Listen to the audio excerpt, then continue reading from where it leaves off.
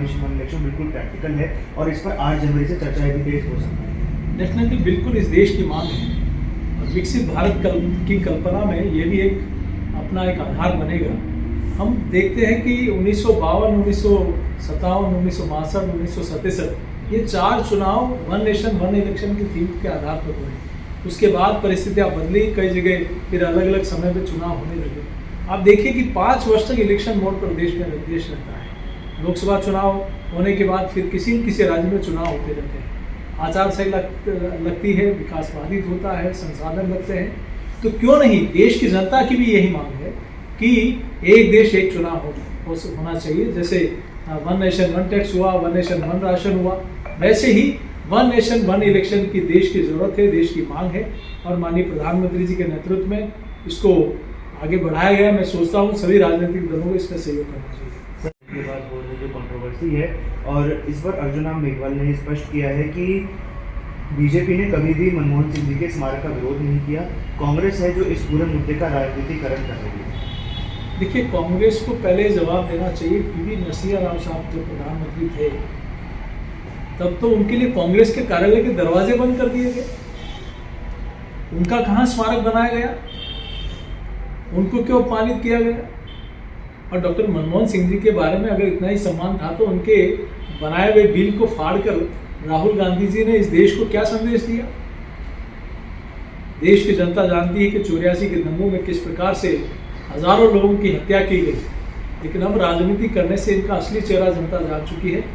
Bharatiya Janata party हमेशा से, चाहे प्रणब मुखर्जी हो, चाहे मनमोहन सिंह जी हो, सबके सम्मान किया है, सभी नेताओं का आदर किया है। तो दिल्ली के मुख्यमंत्री आतिशी ने एलजी को पत्र लिखकर कहा है कि दिल्ली में धार्मिक स्थलों का विध्वंस ना किया जाए क्योंकि इससे जो धार्मिक भावनाएं हैं वो आहत होंगी।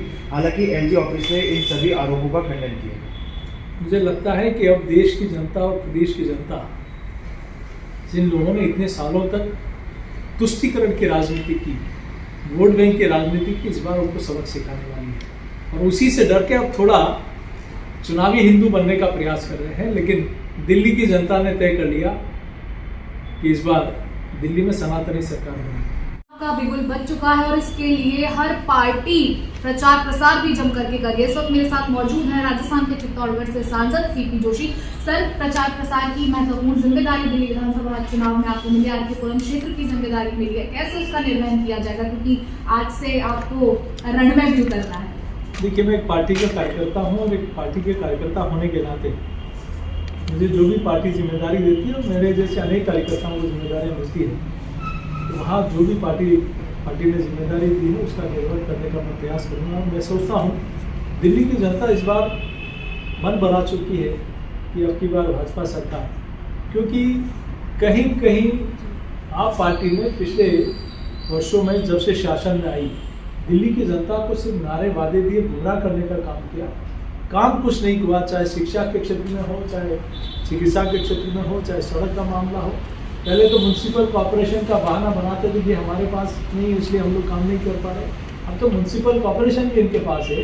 तो फिर दिल्ली की जनता टूटी सड़कें सहन कर रही है, दिल्ली की जनता के स्वास्थ्य और शिक्षा की दयनीय स्थिति है और कहीं कहीं भ्रष्टाचार की भेंट ये जो आपका कार्यकाल चला है, मैं सोचता हूँ दिल्ली की जनता ने मन बना लिया है।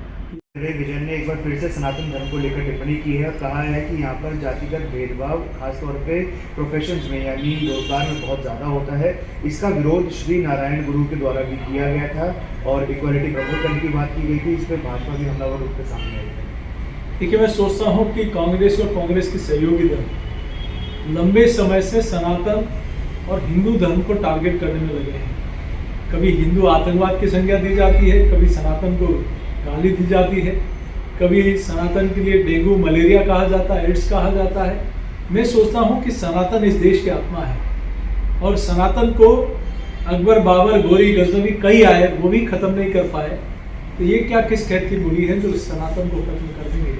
सनातन इस देश के रोम रोम और रग रग में बसा हुआ है। मुझे सोचता है कि राजनीतिक दलों को इन चीज़ों से परे जाकर देश में सिर्फ विकास की राजनीति के लिए बात करनी चाहिए, न कि सनातन को टारगेट करना चाहिए, गाली देनी चाहिए। ये गाली न सिर्फ सनातन को नहीं, इस देश के करोड़ों लोगों को गाली दी जा रही है। मैं सोचता हूँ कि कांग्रेस और उनके सहयोगी दलों को इससे बाहर जाना चाहिए। सर बाकी